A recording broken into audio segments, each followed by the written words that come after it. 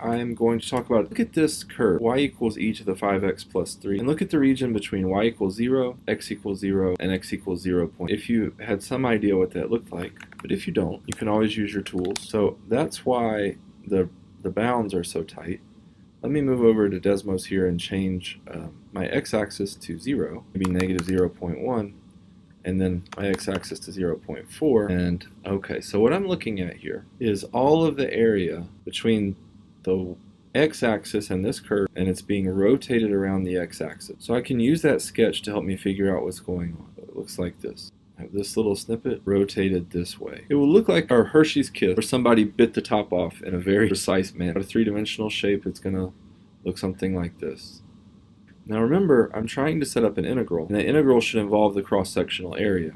Think about slicing a cross-section this way. First of all, I'm slicing my cross-sections, and they change as x changes. So that tells me that my variable of integration will be dx. And then I'm looking for an area function that depends on x. Now I'm starting my process here at x equals 0, and I'm ending it here at x equals 3. So my bounds of integration will be from 0 to 0.3. As long as I can figure out this function, I'm going to be good. Or what a cross-section looks like here. It's a circle. Think about the radius sticking up this way. Well, this radius from here, the x-axis, to an arbitrary point here, how far is that distance from x-axis to the y value? It's e to the 5x plus 3. So my cross-section is going to be, my cross-section will be a circle whose radius is y equals e to the 5x plus 3, is pi r squared. I just found r. So my area at x will be pi times e to the 5x plus 3 squared.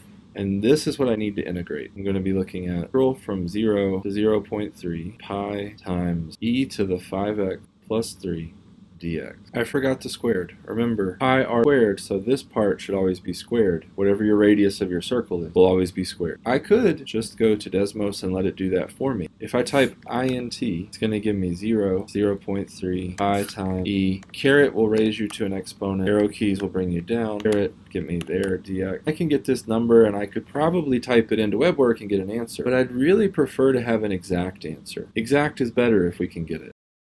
So let's bite the bullet and let's fight through how we would actually evaluate. So I'm going to be dealing with e to the 5x plus 3 squared. Now I need to FOIL this out. This is e to the 5x plus 3 times e to the 5x plus 3.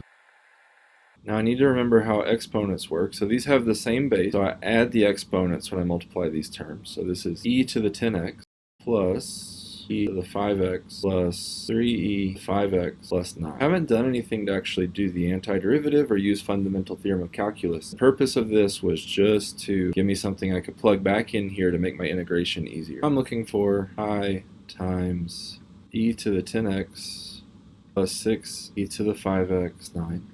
0 to 0.3, definite integral. I can pull the pi in front, which gives me pi times the definite integral from 0 to 0.3, e to the 10x, e to the 5x, it's 9.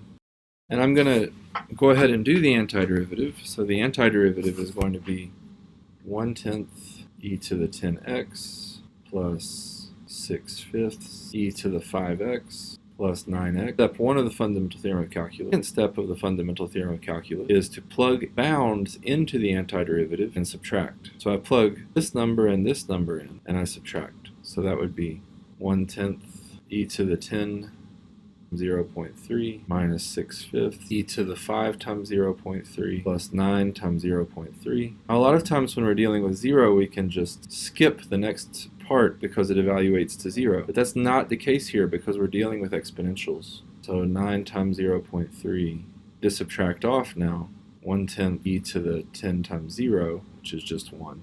E to the 0 is 1, but that's not 100, that's 10 times 0. Minus 6/5 e to the 5 times 0. So I wanted to multiply all of this by pi. So this would be an exact answer. Isn't it awesome?